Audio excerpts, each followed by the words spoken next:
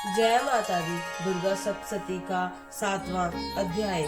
ऋषि बोले, तब आज्ञा पाते ही चुंड मुंड आदि दैत्य अयोध्या से सुसज्जित होकर चतुरंगिनी सेना के साथ चल पड़े। वहां पहुंचकर उन्होंने देखा कि हिमालय की ऊंची पर्वत पर स्वर्ण की चोटी पर सिंह पर बैठी देवी है और मंद मंद हंस रही है। इस प्रकार उसे देखकर पकड़ने की चेष्टा करने लगे।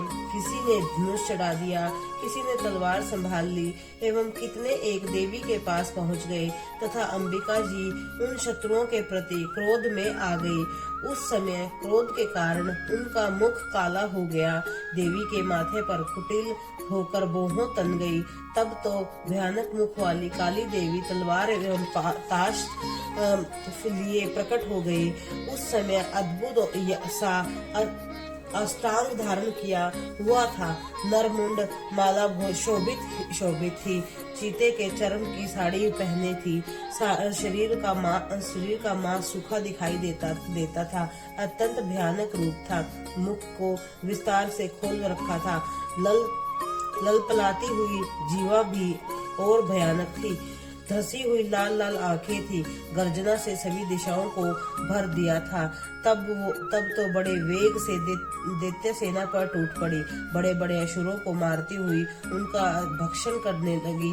उन पार्श्व राक्षसों को, अंकुशधारियों को, महावत और योद्धाओं को घंटों के साथ कितने हाथियों को एक ही हाथ से पकड़कर मुंह में डालने लगी। वैसे ही घोड़ों के साथ रथों को एवं सारथियों को भी मुंह में डालकर अत्यंत भयानक रूप से दांतों से उन्हें चबाती जाती थी। किसी के केश पकड़ लेती तो किसी की गर्दन दबा डालती, किसी को पैर से दबोच लेती तो किसी को छाती से धकेलकर मार गिराती। असुरों के द्वारा छोड़े हुए अस्त्र शस्त्रों को मुंह से पकड़ जाती और दांतों को पीस जाती। काली जी ने इस प्रकार बलवान दुराचार असुरों की वह सेना कुचल डाली, भक्षण कर डाली। कितने ही असुरों को मार पीट दिया। उस देवी ने कुछ एक तलवार से काट गिराए, कुछ एक खटवांग से पीट दिए गए और कुछ एक दांतों से कुचल दिए। क्षण भर में असुरों की वह सारी सेना मार पीट कर गिरा दी। यह देख चंड उस भयानक काल की ओर दौड़ा। इधर महाअसुर मुंड ने भी महाभयंकर बाणों की वर्षा से और शस्त्रों चलाए। चक्रों द्वारा उस भयंकर आंखों वाली देवी की ढाप दिया। वे अनेकों चक्र देवी के मुख में प्रवेश करते हुए इस प्रकार दिखाई देने लगे जैसे बहुत से सूर्य बिंब बादलों के पेट में समाते जा रहे हों।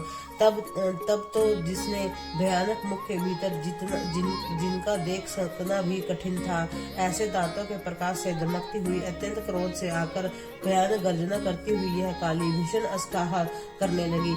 हूं करती हुई बहुत बड़ी तलवार लिए हुए देवी चंड पर कूद पड़ी। उसे बालों से पकड़कर उसी तलवार से भंट चंड का सिर काट दिया। तब चंड को इस प्रकार मारा गया देखकर मुंड देवी की ओर दौड़ा।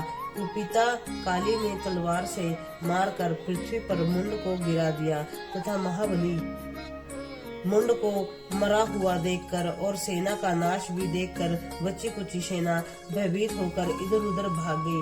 अंततः काली जी ने चंड और मुंड के सिर हाथ में ले लिए। फिर भयानक अष्टाएं करती हुई चंडिका के पास पहुंचकर बोली, मैंने यह चंड और मुंड नामी महापशु आपकी भेंट चढ़ा दिए। अब तो युद्ध में शुंभ और निशुंभ का आप स्वयं वध करना। ऋषि बोले, अपने सम्मुख लाए गए चंड और मुंड महासुरों को देखकर कल्याणी चंडिका काली से ललित वचन बोली, हे देवी काली के, क्योंकि तुम चंड और मुंड को लेकर मेरे पास आई हो, इस कारण लोक में चामुंडा नाम से तुम्हारी ख्याति होगी। जय माता दी। इस प्रकार अध्याय दुर्गा सप्तशती का 7वें अध्याय का समापन होता है।